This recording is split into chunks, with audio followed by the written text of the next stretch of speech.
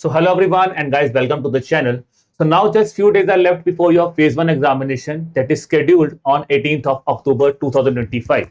At this point of time guys, one thing that will be coming into your mind is कि sir बहुत ज्यादा topics हैं जो बहुत सारी चीजें हम लोग पढ़ रहे हैं, बट अभी भी माइंड में एक डाउट आ रहा है कि सर कौन से ऐसे कुछ सिलेक्टेड टॉपिक्स हैं जो कि आपको बिल्कुल भी मिस नहीं करने हैं. And this is for both the aspirants. कुछ एस्पिरेंट्स हैं जो काफी टाइम से प्रिपेयर कर रहे हैं, रिवीजन करना चाहते हैं. अब सर कौन से टॉपिक्स ऐसे हैं जिनको रिवाइज अच्छी तरह करें ताकि हम लोग इजीली फेज 1 की कट ऑफ जो है निकाल पाए और फेज 2 में बैठ सके. और कुछ बच्चे ऐसे हैं जिन्होंने प्रेपरेशन ही शायद अभी स्टार्ट की होगी और अब उनको भी ऐसे कुछ तो ऐसे टॉपिक्स पिक कर लें कि इनको ना छोड़े, कम से कम इन टॉपिक्स को तो पढ़ लें. तो दोस्तों आज का वीडियो आपका इसी टॉपिक्स के ऊपर है जहां पे मैं, विष्णु सर, मेघना मैम, हम लोग आपके साथ डिस्कस करेंगे कौन से ऐसे कुछ इंपॉर्टेंट टॉपिक्स हैं which you should not miss. ठीक है, और ये वीडियो आपको एक स्मार्ट स्टडी करने में मदद करेगा with respect to your phase 1 examination. So please stay till the end जहां पे मैं आपको करंट अफेयर्स के सारे टॉपिक्स, चाहे report, schemes, RBI notifications, finance current affairs, ESI current affairs के बारे में बताऊंगा. वीडी सर क्वांट्स के बारे में बताएंगे, इंग्लिश के बारे में बताएंगे और मेघना मैम आपको रीजनिंग के बारे में बताएंगे.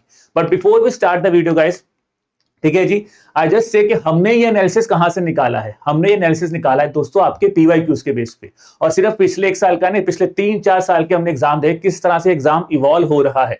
तो उन सब चीज को डिस्कस करके, सब चीज को एनालाइज करके हम आपके लिए टॉपिक्स जो है वो लेके आए हैं. और आप भी दोस्तों पीवाईक्यूज को जरूर अच्छी तरह देखिए. अगर आपने देखे हैं तो बहुत अच्छी बात है, अगर नहीं देखे तो पीवाईक्यूज को दोस्तों एनालाइज देम थॉरोली. लिंक आपको डिस्क्रिप्शन में दिया हुआ है, वहां पे आपको पीवाईक्यूज दोस्तों मिल सकते हैं. इसके साथ साथ आपको डिकोडेड सिलेबस मिलेगा for quant, reasoning, English as well as general awareness, because यहाँ पे फेज 1 में हमारे पास कोई डिटेल्ड सिलेबस नहीं है. तो सिलेबस क्या हो सकता है वो सब कुछ दोस्तों आपको यहाँ पे मिल सकता है. दैट इज बिल्कुल which is will be provided बिल्कुल फ्री ऑफ कॉस्ट. ठीक है, लिंक डिस्क्रिप्शन में, वहां पे जाके आप इसको डाउनलोड कर सकते हैं. So let's begin the session now guys, and first I will call Vishnu sir here to start with the quants topic. So sir welcome. Thank you Gurkirat sir. तो फेज 1 में क्वांटिटेटिव एप्टीट्यूड सेक्शन मतलब इस time पे सबसे डरावनी चीज है जो आरबीआई ग्रेड बी एग्जाम में अपीयर होने जा रहे हैं. 18 अक्टूबर को एग्जाम है, समय बहुत कम है, और इतने कम टाइम में जब हम देखने जाते हैं कि 2 कैटेगरी के बच्चे हैं. एक उनको जिनको उत्सुकता होती है कि मैं अपना सिलेबस कैसे कंप्लीट कर पाऊंगा, और दूसरी कैटेगरी वाले वो बच्चे भी हैं जो मिनिमम चीजें ढूंढ रहे हैं कि यार मैं 3-4 टॉपिक ही पढ़ लूं और उसी से मेरी कट ऑफ निकल जाए. देखो पहली चीज तो ये ध्यान रखना, 3-4 टॉपिक से कट ऑफ नहीं निकलेगी. ये एक मिथ है, इसको अपने दिमाग से निकाल दो. ऐसा नहीं होने वाला, आपको थोड़ा ठीक ठाक पढ़ना पड़ेगा. हाँ, बट मैं आपको यहाँ पे ये बता दूंगा इस सेशन के अंदर अभी कि यार ये टॉपिक है और इनके अंदर सिर्फ ये कवर कर लो. जब आप कोई भी बुक देखोगे ना, सपोज आपने एक बुक उठा ली RS अग्रवाल और मैंने कहा कि परसेंटेज पढ़नी है. अब उस बुक पे जाकर जब आप देखते हो तो 50 टाइप मिलेंगे आपको पूरी, और वो आरबीआई के लिए इंपॉर्टेंट नहीं है. आरबीआई के लिए क्या इंपॉर्टेंट है वो मैं इस वीडियो में बता दूंगा. तो जो टॉपिक मैं बताऊंगा उन टॉपिक्स के अंदर क्या पढ़ना है इसको हम थोड़ा समराइज कर लेंगे, और उन पे अगर आप फोकस करोगे तो टाइम भी बचेगा, अच्छा स्कोर आएगा, कट ऑफ के लिए निकालने के लिए भी जरूरी है, और जो रिवीजन चाहते हैं उनको भी बेनिफिट होगा. ठीक है, चलो 30 क्वेश्चन है टोटल क्वांटिटेटिव एप्टीट्यूड सेक्शन में, और 30 मार्क्स के हैं. और जो चीजें मैं आपको बताऊंगा ये बड़ा हिस्सा कवर करेगी, और अच्छा स्कोर आप कर पाओगे, डबल डिजिट में तो कर ही लोगे. ठीक है, चलो देखो सबसे पहले यहां से शुरू करेंगे हम. सिंप्लीफिकेशन, ये है बेसिक कैलकुलेशन. सिंप्लीफिकेशन में कोर जो बैंकिंग में सवाल आते हैं वो नहीं है, बेसिक कैलकुलेशन, क्योंकि बिना बेसिक कैलकुलेशन के कोई भी टॉपिक सोल्व होगा ही नहीं. तो आपको sum, subtraction, multiplication, divisibility, square, square root, cube, cube root, ये सारी चीजें आनी चाहिए. ठीक है, ये बेसिक कैलकुलेशन है. उसके बाद सेकंड टॉपिक पढ़े आप क्वाड्रेटिक इक्वेशन, और क्वाड्रेटिक इक्वेशन के अंदर आपको सबसे पहले नेचर ऑफ रूट पता होना चाहिए. नेचर ऑफ रूट क्या होता है, जैसे कोई क्वाड्रेटिक इक्वेशन है ax² + bx + c that is equal to 0. तो अब आप इक्वेशन को सिर्फ देख के भी रूट बता सकते हैं कि क्या रिलेशन बनेगा. जैसे किसी इक्वेशन में b और c दोनों पॉजिटिव है तो उस इक्वेशन के दोनों रूट नेगेटिव होंगे. b नेगेटिव c पॉजिटिव है तो दोनों रूट पॉजिटिव होंगे. और अगर c नेगेटिव है, b चाहे पॉजिटिव या नेगेटिव हो, तो एक रूट पॉजिटिव और एक नेगेटिव होगा. इस बेसिस पे भी डिसाइड हो सकता है. हालांकि ये वाला लेवल आरबीआई का नहीं है, लेकिन जब यही मल्टीपल इक्वेशन देके पूछेगा, कॉलम टाइप को इक्वेशन देके पूछे, तो ये चीज आपके उन क्वेश्चंस को आसान बना देगी, इसलिए पता हो.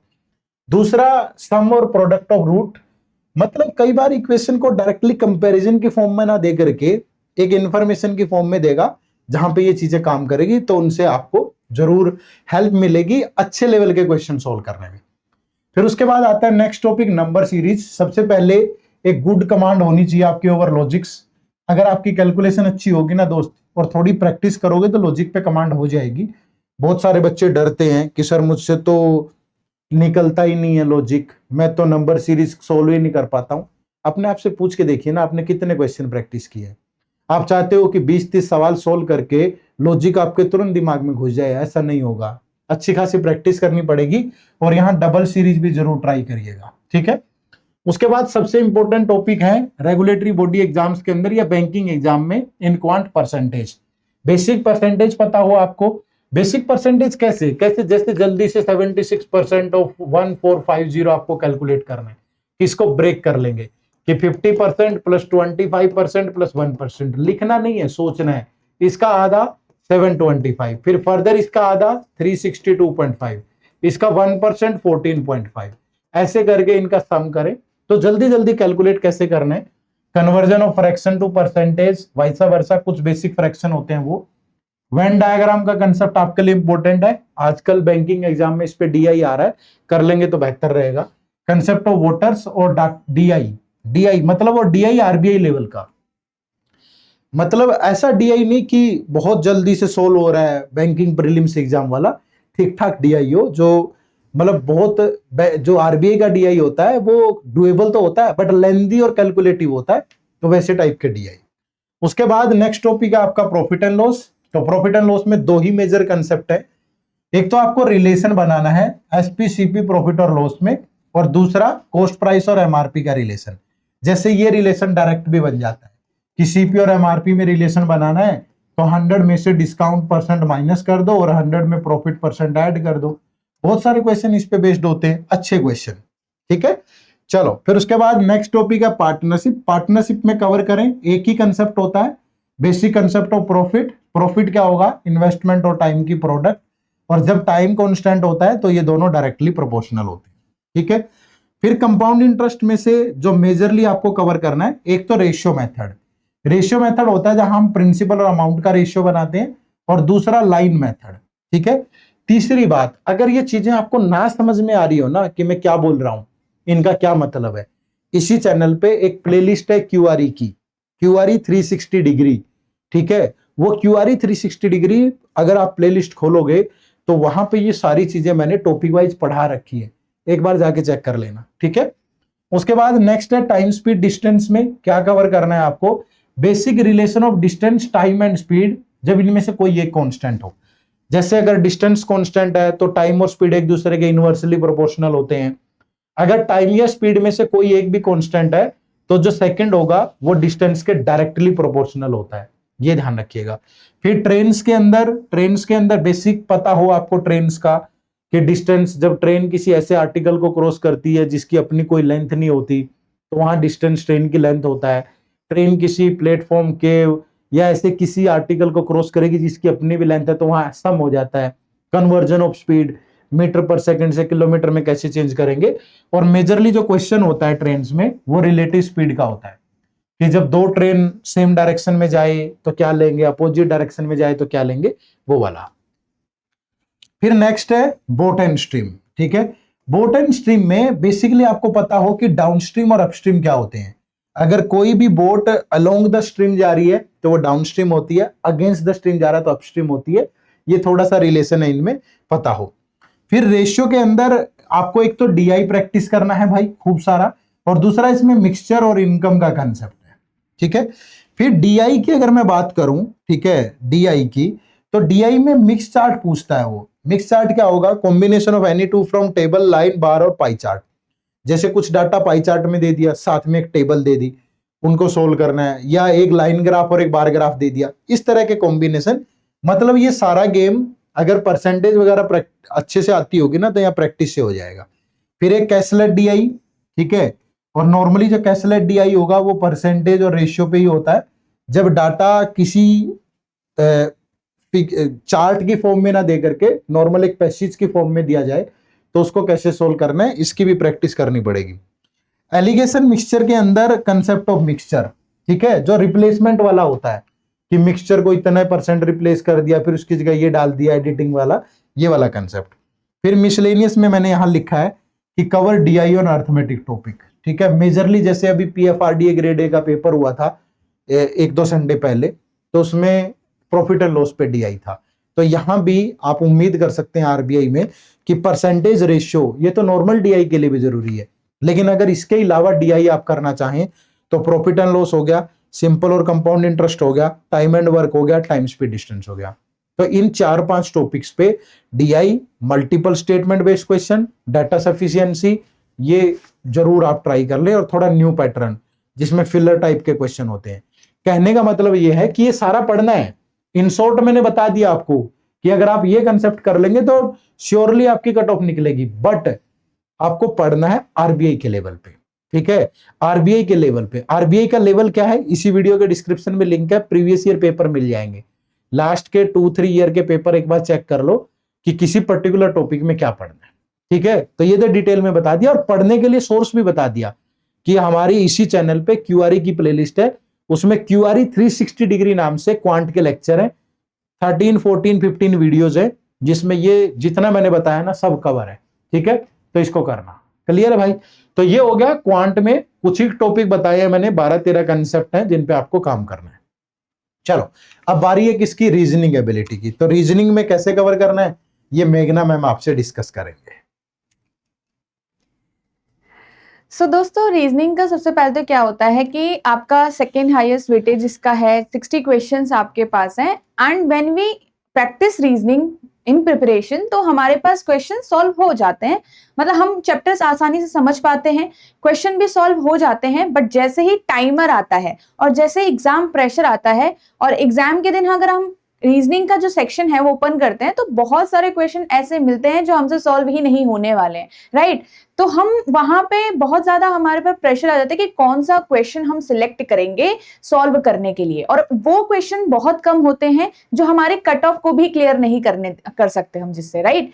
तो अब इसके लिए क्या है, इसका मीनिंग ये है कि हमने इतनी प्रैक्टिस ही नहीं करी है। तो प्रैक्टिस बहुत ज्यादा इंपॉर्टेंट है आपकी रीजनिंग के अंदर, और काफी मतलब काफी अच्छे लेवल पे आपको करनी पड़ेगी, सिर्फ इजियर टॉपिक की नहीं, राइट।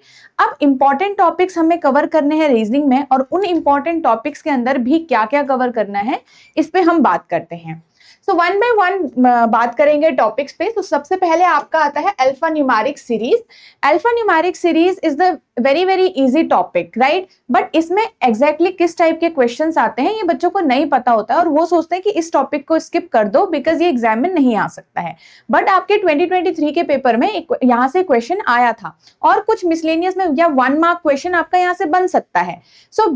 पूरा चैप्टर जो है वो कॉन्सेप्चुअल, मतलब थोड़ा सा आपके अंडरस्टैंडिंग पे डिपेंड है, बट आपको उनमें कंफ्यूजन ना हो इसलिए यू हैव टू प्रैक्टिस, ठीक है। अब इसमें 3 तरीके के क्वेश्चन बनते हैं, number series, alphabet series and mix series, और मल्टीपल स्टेप बेस्ड। तो एग्जाम में जो ज्यादातर चांसेस है आने के वो मल्टीपल स्टेप बेस्ड हैं, बट आपको ये सारे ही टाइप के क्वेश्चन सॉल्व करने हैं, बिकॉज ये आपको थोड़ा सा आपका जो अंडरस्टैंडिंग है वो बिल्ड करेंगे फॉर द अल्फाबेट्स।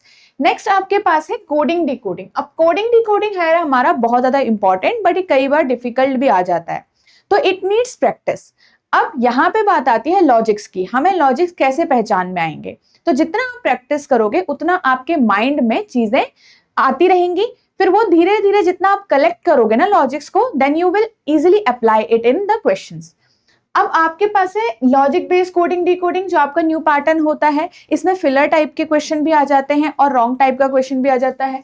नेक्स्ट इसमें कंडीशनल कोडिंग है और चाइनीज के आने के चांसेस कम होते हैं, बट आई विल सजेस्ट कि आप इसको प्रैक्टिस जरूर करें, बिकॉज हो सकता है कि एग्जाम में थोड़ा सा इसमें कुछ मिक्स करके क्वेश्चन दे दिया जाए, ठीक है। अगर नेक्स्ट हम बात करें मशीन इनपुट आउटपुट, अब अगर आपने अल्फा न्यूमेरिक चैप्टर पढ़ा और कोडिंग चैप्टर पढ़ा ना, तो इनपुट आउटपुट का 50% कवर हो चुका है, क्योंकि इनपुट आउटपुट में भी हम लॉजिक्स के ऊपर बात करते हैं एंड देन स्टेप्स के ऊपर भी बात करते हैं। तो अगर हमने क्या करा कि हमने लॉजिक्स हमें समझ में आने लग गए, तो उसके बाद सिर्फ अरेंजमेंट समझनी है और उसके बाद ये क्वेश्चन हो जाएगा, राइट। तो आपका जो ये कोडिंग डिकोडिंग का चैप्टर है कंप्लीटली आपको इसमें हेल्प करेगा। और इसमें क्वेश्चंस आपके बनते हैं सेम और मिक्स लॉजिक टाइप के क्वेश्चन, जिसमें आपका एक सेट होता है, हर एक स्टेप में अलग अलग लॉजिक लगेगा या फिर सारे स्टेप में सेम लॉजिक लगेंगे। तो 2 तरीके के क्वेश्चन आपके एग्जाम में बनते हैं एंड प्रैक्टिस जरूर करिएगा गाइस, बिकॉज कंप्लीट 5 मार्क्स का ये जो क्वेश्चन है आपका आता है।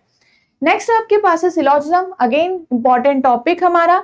इसमें आपके बनता है reverse syllogism, coded syllogism and only a few and only का कॉन्सेप्ट भी काफी इंपॉर्टेंट होता है हमारे इस चैप्टर के लिए। Now the chapter is confusing, but आपको क्या करना है, इसके जो कॉन्सेप्ट्स है उस पे 100% कमांड करना है। अगर आप कमांड करोगे देन ओनली आपको रिवर्स सिलॉजिज्म अच्छे से आएगा एंड कोडेड सिलॉजिज्म भी अच्छे से आ जाएगा। नेक्स्ट आपका है inequality chapter. Inequality chapter easy है, हो सकता है आए, हो सकता है नहीं भी आए, बट अगर आता है तो हम इसको इजीली सॉल्व कर सकते हैं एग्जाम में, तो प्रैक्टिस तो जरूर करनी पड़ेगी। रिवर्स सिलॉजिज्म आपका आता है जिसमें फिलर टाइप के क्वेश्चंस भी आ सकते हैं और कुछ मिसिंग टाइप का क्वेश्चन भी आपका यहाँ पे से बन सकता है। नेक्स्ट कोडेड इनइक्वालिटी आपका होता है, तो अगेन फॉर दिस आपको बेसिक्स कंप्लीट होने चाहिए। तो पहले बेसिक्स वाली जो इनइक्वालिटी के इजियर क्वेश्चंस होते हैं उन्हें आपने कवर किया एंड देन ओनली आप बढ़ते हो आगे इनइक्वालिटी के कोडेड वाले पार्ट पे। डायरेक्शन सेंस एक शॉर्ट पैराग्राफ टाइप का आपका होता है, पजल्स ऑन डायरेक्शंस, ठीक है, जो सिर्फ डायरेक्शन पे बेस्ड होगा। मल्टीपल पीपल का जो डायरेक्शंस होंगे, डिस्टेंस होंगे, वो भी आता है एंड साथ में कोडेड डायरेक्शन भी आपका आता है। अब कोडेड डायरेक्शन 2 तरीके से आते हैं। फर्स्ट कि आपको एक क्या होता है कि आपको लॉजिकली कोड को मतलब जो डिस्टेंस है उसको डिकोड करना होता है, और कई बार ये डिस्टेंस डायरेक्टली गिवन भी हो जाता है।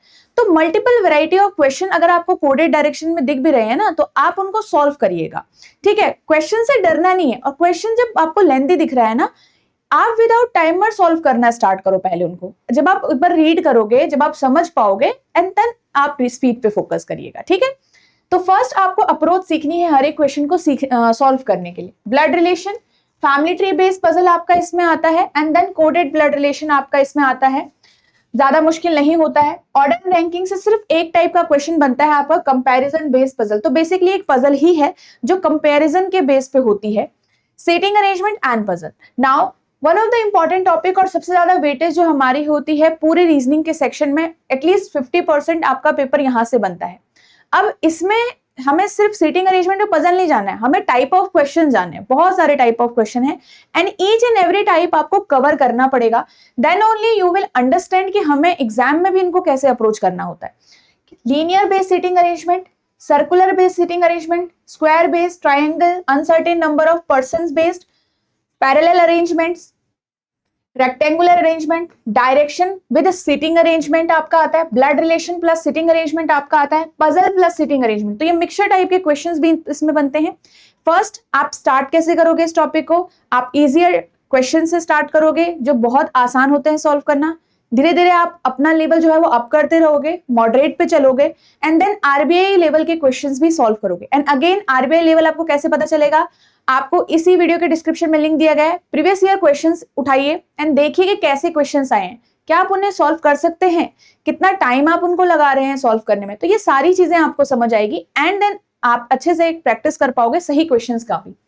पजल्स में भी box based puzzle, floor based puzzle, week based puzzle, designation based puzzle, month, year plus age, floor plus flat बहुत इंपॉर्टेंट है, month plus date based puzzle, sequence based puzzle, ठीक है, uncertain floors, vacant floors, classification, selection. अब ये जो आपके type of question है, आप सर्च करोगे ना नॉर्मल गूगल पे भी आपको आ जाएगा, ठीक है, टाइप ऑफ क्वेश्चन यहाँ से दिख जाएगा। और इसी टाइप के काफी सारे क्वेश्चंस मैंने आपको इसी चैनल पर सॉल्व भी कराए। तो अगेन जैसे सर ने बताया, क्यूआरई की एक प्लेलिस्ट है, वहां पे आपको क्वांट रीजनिंग इन इंग्लिश के सारे ही सेशंस मिल जाएंगे, और उन सेशंस में आपके जो पजल्स एंड सीटिंग का जो सेशन भी है उसको जरूर गो थ्रू करिएगा, ठीक है। उसमें हमने different type of question discuss किए हैं। डेटा सफिशिएंसी इंपॉर्टेंट है, डुएबल है, आप लोग इसको स्किप करते हो आई नो, बट इसको सॉल्व जरूर करना है। आप 3 से 4 क्वेश्चंस इसके जरूर देखोगे एग्जाम में, और यहाँ पे ऐसा भी नहीं है कि इसमें कुछ नया पढ़ना है, जितना आपने यहाँ पे पढ़ लिया है वो सारा इसमें कवर होता है। बट यस कि हर एक चैप्टर का कॉन्सेप्ट बिल्कुल क्लियर होना चाहिए, और तब जाके आपके पास यहाँ पे जो 2 या 3 स्टेटमेंट बेस्ड क्वेश्चंस आते हैं वो सॉल्व करना है। But yes it also needs practice, क्योंकि हमें नहीं पता होता है कि हम डेटा सफिशिएंसी को कैसे सॉल्व करते हैं। तो प्रैक्टिस हर एक चैप्टर की बहुत इंपॉर्टेंट है। And last critical reasoning, second most important और इसकी हाईएस्ट वेटेज होती है, second highest weightage after seating and puzzle. अब यहाँ से 10 से 11 क्वेश्चंस आपके बनते हैं एग्जाम के अंदर। अब बट इसमें थोड़ा सा रिस्की होता है और आप पे डिपेंड करता है कि are you going to attempt this section or not. ठीक है, first if you know that you can get the accuracy then only you will attempt it. But अगर आपको कहीं पे भी लगता है कि आप इस सेक्शन को अच्छे से नहीं सॉल्व कर पाए हो अभी तक, तो एग्जाम में एक्सपेरिमेंट मत करने बैठ जाना। ओके, तो आपको पहले क्या करना है इस टॉपिक के लिए, एटलीस्ट ट्राई इट। ठीक है, ट्राई करो प्रैक्टिस करने का। फर्स्ट कि अगर आपका रीडिंग कॉम्प्रहेंशन अच्छा है, अगर आप कोई भी कॉम्प्रहेंशन पढ़ते हो, आपकी इंग्लिश अच्छी है और आप कोई भी चीजें पढ़कर समझ पाते हो अच्छे से, तो आपका क्रिटिकल रीजनिंग थोड़ा सा आसान बन जाता है आपके लिए, बिकॉज वहां पे भी हमें पैराग्राफ देखना होता है और रीड करके समझना होता है। ठीक है, अब यहाँ पे आपके पास क्या है, कोर्स ऑफ एक्शन है, स्टेटमेंट एंड अजम्पशन है, स्टेटमेंट आर्ग्यूमेंट कंक्लूजन है, स्टेटमेंट एंड इन्फरेंस है, cause and effect and possible reason. ये टाइप ऑफ क्वेश्चंस आपके बनते हैं आरबीआई के एग्जाम के लिए। और यहाँ पे आपका पूरा आ जाता है कि हमारे पास 10 to 11 क्वेश्चंस इससे बनते हैं। बट अगेन आप प्रैक्टिस इसको करोगे, जब आपको लग रहा है कि आप सही क्वेश्चंस कर पा रहे हो थोड़ा बहुत, तब जाके आप एग्जाम में भी इसको सिलेक्ट करना। ओके, बाकी आपके पास ये मिसलेनियस टॉपिक तो है ही। तो ये सारी ही चीजें हम रीजनिंग में प्रैक्टिस करेंगे। बट याद रखिएगा हर एक चैप्टर बहुत इंपॉर्टेंट है और हर एक चैप्टर को आपको अच्छे से प्रैक्टिस करनी पड़ेगी। जितना प्रैक्टिस करोगे, फिर उसके बाद टाइमर से भी प्रैक्टिस करोगे, तो एग्जाम में उतना अच्छा आप अटेम्प्ट लेके आ पाओगे। ठीक है, तो ये सारा था हमारा रीजनिंग के लिए। एंड अब हम इसमें इंग्लिश की बात करते हैं। थैंक यू मेघना मैम। तो इंग्लिश लैंग्वेज के लिए नरवीर सर आपको इंग्लिश पढ़ाते हैं, ठीक है, उनके सुझाए गए तरीकों पे ही यहाँ पे मैं बात करूंगा। देखो, इंग्लिश लैंग्वेज के अंदर जो आपसे क्वेश्चन पूछे जाते हैं उसके लिए आपकी तीनों जो सेक्शन है उस पर कमांड होनी चाहिए। पहला आपका ग्रामेटिकल पार्ट है, दूसरा आपका वोकैबुलरी वाला पार्ट है और तीसरा आपका कॉम्प्रिहेंशन वाला पार्ट है। ठीक है, तो ये तीनों पे अगर आप प्रैक्टिस करते हो तो आप इंग्लिश में अच्छा कर पाओगे। अगर आप यहाँ पे टॉपिक वाइज बात करना चाहो तो यहाँ पे जो टॉपिक मेंशन किए गए हैं, सबसे पहले ये ग्रामर के सारे टॉपिक है, जैसे पार्ट ऑफ स्पीच है, इस पे कंसेप्ट सारे आपको पता हो। सब्जेक्ट वर्ब एग्रीमेंट में कंसेप्ट और रूल्स दोनों पता हो। नाउन्स में आपको लॉजिक और कुछ एक्सेप्शंस भी होते हैं, वो आपको जरूर पता होना चाहिए। प्रोनाउन के अंदर fundamental basic plus rule. Tenses में भी कंसेप्ट और टेंस का चार्ट पूरा, ठीक है, कि प्रेजेंट परफेक्ट है तो क्या लगेगा, प्रेजेंट परफेक्ट कंटिन्यूअस तो क्या लगेगा, प्रेजेंट कंटिन्यूअस तो क्या लगेगा, सिंपल प्रेजेंट है तो कैसे, और ऐसे ही पास्ट और फ्यूचर, मतलब पूरा चार्ट अगर आपके दिमाग में होगा। फिर कंडीशनल सेंटेंसेस, फिर वर्ब्स में फिक्स यूजेज और इनके एक्सेप्शंस, फिर एडजेक्टिव में कंसेप्ट और एक्सेप्शन, डिटर्मिनर्स में कुछ एक्सेप्शंस होते हैं, एडवर्ब के अंदर कुछ कंसेप्ट और रूल होते हैं, इंटेंसिफायर में कुछ एक्सेप्शंस हैं, प्रीपोजिशंस में स्पेसिफिक यूज है कि कहाँ यूज करना है, कॉम्प्लेक्स प्रीपोजिशन में इनके कुछ फिक्स यूजेज होते हैं, कंजंक्शन में एक्सेप्शंस और रूल्स हैं, और आर्टिकल्स में फिक्स रूल्स प्लस यूजेज है। अब इनमें मैं पर्टिकुलरली नहीं बता सकता कि यार एक पर्टिकुलर चीज यही है, इसी पे काम कर लो, यहां से आ जाएगा। अब कोई भी प्रीपोजिशन हो सकती है, इन, टू, द, जो मर्जी है वही यूज हो सकती है, तो सारे पता होना चाहिए। तो मैं आपको बोलूंगा कि ग्रामर को एक बार बहुत अच्छे से कर लो। और कैसे कर सकते हो, अगेन इसी चैनल पे क्यूआरई की प्लेलिस्ट है, वहां से आप कवर कर सकते हो, या हमारे पेड बैचेज में जा सकते हो। पेड बैचेज के बारे में एंड में बता देंगे, ठीक है।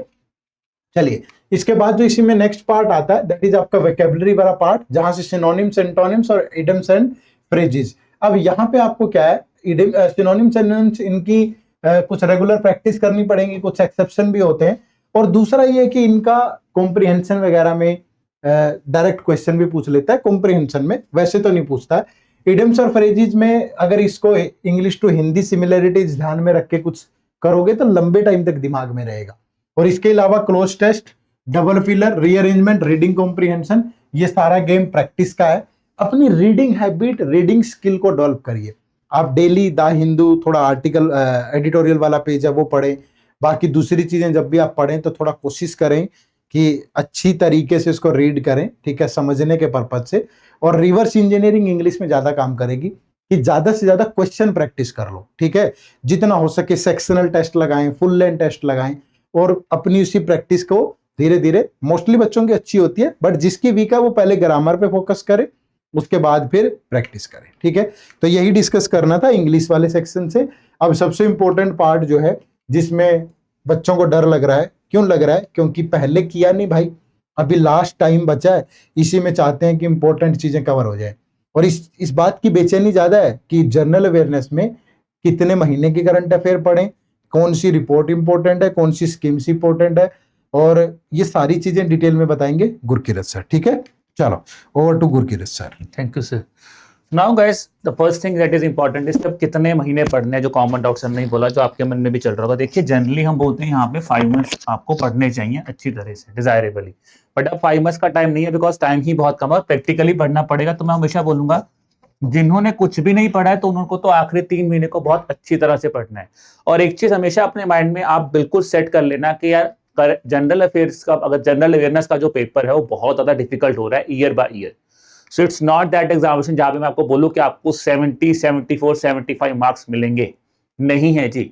45, 50 अगर आप अटेम्प्ट कर रहे हैं, that's a very good attempt, because आपकी जो कट ऑफ है वो 67 होता है, 40, 45 के आसपास जो बहुत ही बढ़िया नंबर है, वो तो बहुत ज्यादा बेटर है।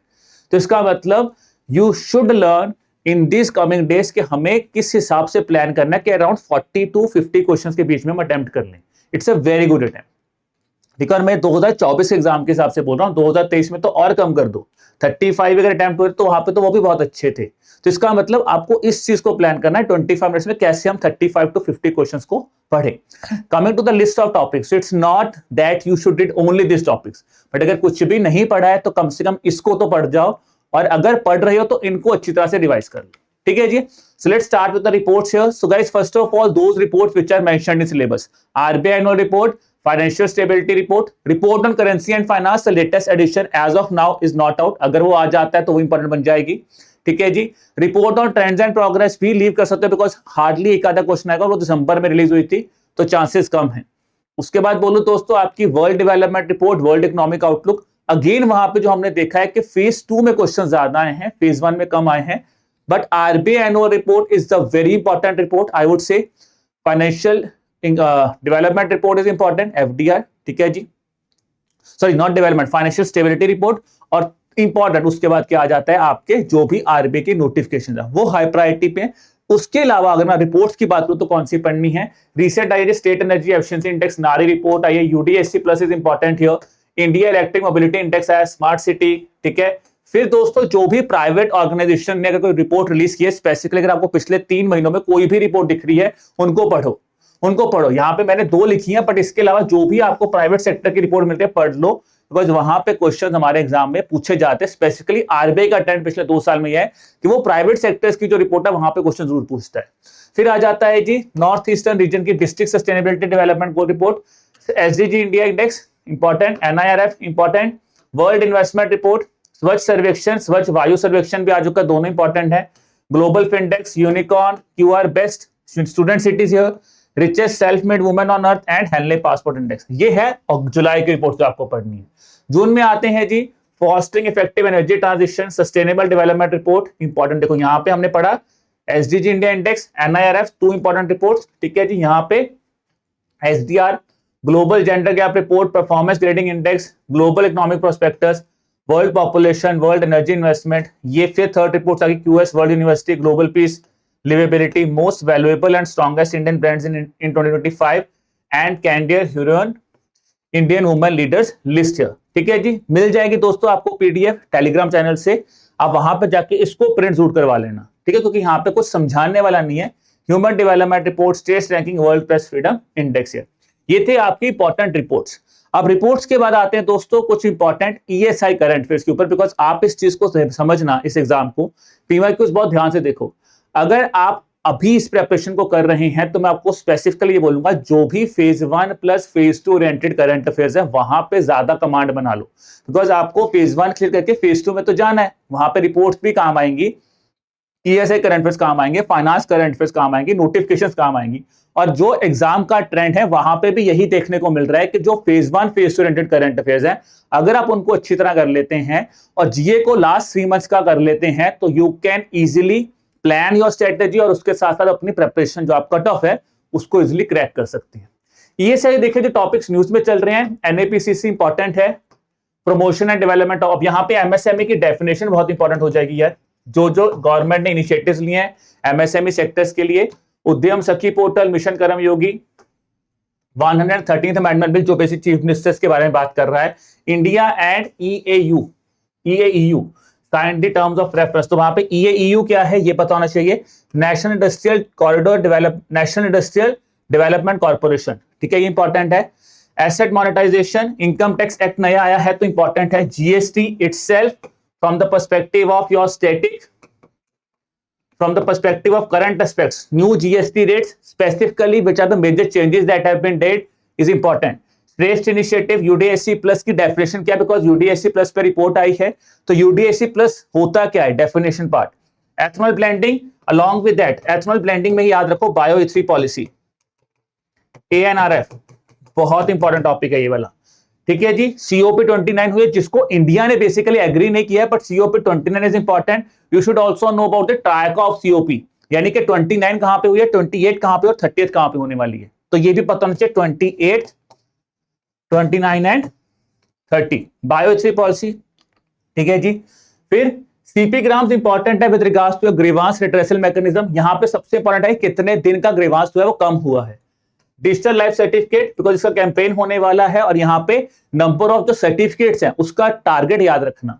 फिर आता है जी India world food programme. World food programme important है बिकॉज इसको ना 2020 में नोबेल प्राइज भी मिला हुआ है, तो ये भी पता होना चाहिए कि वर्ल्ड फूड प्रोग्राम क्या है। Adivani, first time an AI power tribal language translator has been done. Adi Karmayogi, शीलीड्स हो गया। फिर आता है Swavalambini initiative, important.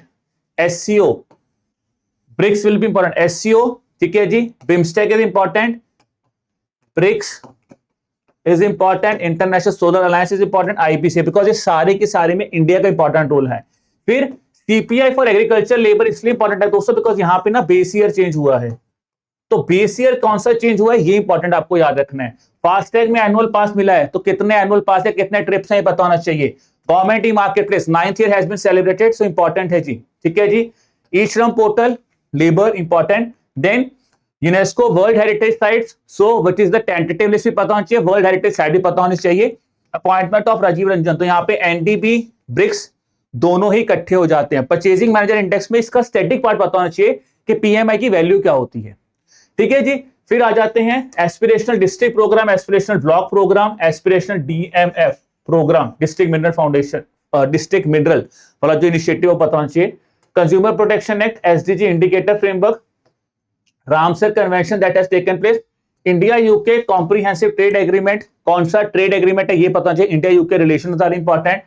17th BRICS summit, Gini index, ONDC Samadhan portal, ठीक है। NCS TB मुक्त हो गया। इसमें याद रखना नेट जीरो बैंक बैलेंस, इसमें सबसे इंपॉर्टेंट पॉइंट पता है क्या है कि इंडिया का कौन सा बैंक इन्वॉल्व है, ठीक है। चलो जी, फिर आता है India EFTA European free trade association, trade and economic partnership है जिसको टेपा बोलते हैं, इंपॉर्टेंट है। पिछले साल भी एक्सपेक्टेड था बट क्वेश्चन नहीं आया, हो सकता है इस बार पूछ लिया जाए। फिर आ जाता है क्वाड क्रिटिकल मिशन हो गया दोस्तों आपका, international conference on disaster, CDRI is again important here for the perspective of India. Gender budgeting एक टॉपिक डिस्कशन में था, ठीक है जी। फिर ये है दोस्तों Navya India social protection coverage, important है बिकॉज यहाँ पे वर्ल्ड बैंक के डाटा के ऊपर सोशल प्रोटेक्शन कवरेज में न्यूज आई थी। G7 समिट, ठीक है जी। उसके बाद हाउस होल्ड इनकम सर्वे हुआ है, पॉपुलेशन सेंसस 2027 में होना है तो उसके बारे में क्या अपडेशंस हैं। Biological hazard convention, gig workforce in India, ठीक है जी। Economic and social council is important. NATO is still in news because आपको पता है रशिया ने जो पोलैंड पे एक ड्रोन्स भेजे हैं तो NATO is still active, so it's important now also, ठीक है जी। New base year for GDP, CPI and IIP, agreement on fishery subsidies that has been done by WTO। फिर आएगा दोस्तों पार्टिसिपेशन इन फर्स्ट सागरमाला संवाद हियर, मिशन लाइफ हो गया, panchayat advancement index हो गया, ठीक है। उसके बारे में बात करें तो एक डिपो दर्पण पोर्टल भी है जो कि आपको अन्न मित्रा और अन्न सहायता के बारे में पता है। तो it's around 75 topics of ESI that I have given you here, ठीक है जी। अब अगर मैं बात करूं कुछ फाइनेंस के टॉपिक्स की, तो फाइनेंस भी इंपॉर्टेंट पार्ट प्ले करता है। फाइनेंस के न्यूज कम है पर topics are very very important, like infrastructure invest हो गया, REITs इंपॉर्टेंट हैं, दोनों इंपॉर्टेंट है। इंद्रनील भट्टाचार्य, तो RBI का मॉनेटरी पॉलिसी कमेटी बहुत इंपॉर्टेंट है because of mister Urjit Patel, because of Poonam Gupta ji, Indranil Bhattacharya ji, Rajiv Ranjan ji, इन सबको मिला के यहाँ पे मॉनेटरी पॉलिसी कमेटी और मेंबर्स भी नॉमिनेट हुए हैं। So it's very very important topic with respect to finance here. UPI collect हो गया, इंडियन पोस्ट पेमेंट बैंक की एनिवर्सरी सेलिब्रेट की गई है, ठीक है जी। फाइनेंशियल फ्रॉड रिस्क इंडिकेटर, स्वागत initiative just started by SEBI, For foreign investors, important here, AU Small Finance Bank. So Universal Bank to transition of Small Finance Bank is very, very important for your examination. Bank.in and fin.in domain is important because Punjab National Bank became the first bank to start bank.in domain.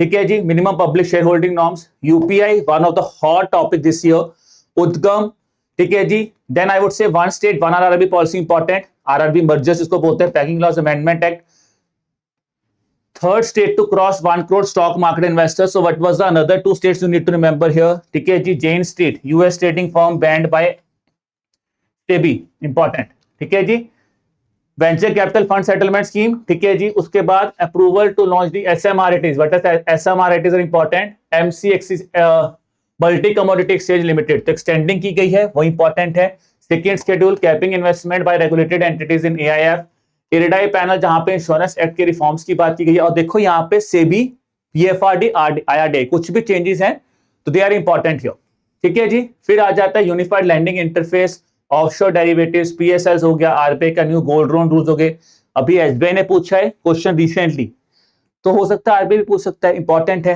Strips platform हो गया, ई रूपी initiative हो गया, ठीक है जी, daily transaction limit होगी, जो changes हो रही है यहाँ पे, तो वो सब चीजें आपको यहाँ पे पता होना चाहिए। इसके अलावा monetary policy, service, fixed income and money market and derivatives are important है। तो in total it's not just 100 topics, if I say मैंने आपको कहीं ना कहीं यहीं पे ही 120-130 प्लस टॉपिक्स प्रोवाइड किए हैं, ठीक है।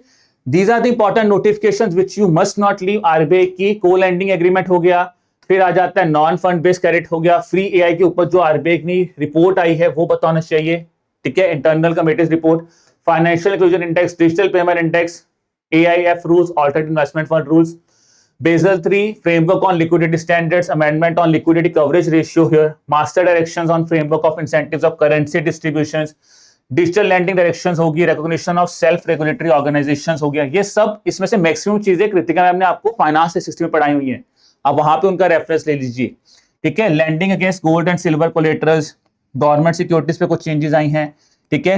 रिजर्व बैंक ऑफ इंडिया की मास्टर डायरेक्शन आई है, इलेक्ट्रॉनिक ट्रेडिंग प्लेटफॉर्म्स के ऊपर है, केवाईसी के ऊपर गाइडलाइंस आई है, वो आपको पता होनी चाहिए, ठीक है। So these are the important things I would say you should have a understanding with regards to schemes. I have just taken a session day before yesterday with you guys, जहां पे मैंने आपको 50 मोस्ट इंपॉर्टेंट स्कीम्स बताई हैं। So the session has already been taken, आप यहां से जाके उन स्कीम्स को नोट डाउन करिए और उन स्कीम्स को पढ़िए। अब दोस्तों देखिए, जो मैंने आपको comprehensive list of topics provide की है based on the analysis, I would से कि आप सबसे पहले इनको तो पढ़िए। इसके अलावा अब ये लिस्ट आपकी फाइनल लिस्ट नहीं है, यहां पे आपको जैसे जैसे कोई टॉपिक्स ऐड हो रहे हैं, you have to add those topics with you, so that आप एक कॉम्प्रिहेंसिव वे में जो है अपनी प्रिपरेशन कर सकते हैं। That is the thing you have to do. इस पेज को प्रिंट्स निकाल के अपने पास टॉपिक्स ऐड करते रहिए, ठीक है। Now before I wrap up this session guys, now the thing is कि सर अब इस पॉइंट ऑफ टाइम पे करें क्या। देखो यार, आप हमारे मैराथन सेशंस यूज करो, वीडी सर ने आपको क्यूआरए 360 के बारे में बताया, वो कर लीजिए। और अगर आप एक कॉम्प्रिहेंसिव वे में इस पॉइंट ऑफ टाइम पे प्रिपरेशन करना चाहते हैं दोस्तों, तो what you guys can do is, ठीक है जी, first of all if I say go to the website that is edutap.in, click on the courses and click on the RBI grade B courses. अब यहाँ पे देखिए, मैं आपको बात करूं दोस्तों in terms of RBI courses which we are offering you here, obviously I would से eight this point of time, ठीक है जी, आप दोस्तों हमारे इस phase 1 phase 2 live crash course के साथ जुड़ सकते हैं, जहां पे जो भी टॉपिक्स आपके पिछले 3 to 4 मंथ्स में आपके जो भी डॉक्यूमेंट्स हम आपको करंट फेज में प्रोवाइड करवा रहे हैं, उन डॉक्यूमेंट्स को हम यहाँ पे कंप्लीटली गो थ्रू करवाएंगे। आपके एक टेस्ट लिए जाएंगे जहां पे आपको एक रियलिटी और पिक्चर दिखाई जाएगी कि किस तरह से आपको टेस्ट को अप्लाई करना है। It will not be a thing like that कि मैं बोलूं कि यार ठीक है यार, बड़े बड़े नंबर यार 120 क्वेश्चन है, 130 क्वेश्चन है, तो आपके 100 प्लस 120 प्लस आने वाले नहीं। हम उसको इस हिसाब से डिजाइन करना है कि आपको एक एग्जाम रियलिटी चेक यहाँ पे रिवीजन सेशंस में मिलेंगे, आपकी जो करंट अफेयर्स के डॉक्यूमेंट्स हैं वो यहाँ पे होंगे। क्यूआरई अगर आपको बिल्कुल बेसिक से लेके अबव ऊपर तक जाना है, तो आप इस कोर्स के साथ जा सकते हैं इस point of time. That could be the best solution that you can do at this point of time.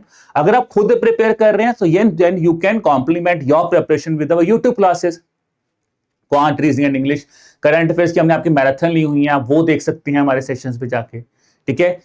We are going to take them on upcoming days में, मंडे, वेडनेसडे, फ्राइडे, वो भी चल रही हैं, ठीक है। तो आप उनको भी यूटिलाइज कर सकते हैं, ठीक है ना। तो मटेरियल बहुत है, बट पॉइंट है कि आप थोड़ा सा इस पॉइंट ऑफ टाइम पे ज्यादा सोर्सेस की तरफ मत भागिए। आप जहां पे भी पढ़ रहे हैं, अगर खुद पढ़ रहे हैं तो खुद अच्छी तरह पढ़िए, रिवीजन पे ध्यान दीजिए। फोकस कीजिए, चीजों को सीखिए और रिवीजन पे फोकस कीजिए, ठीक है।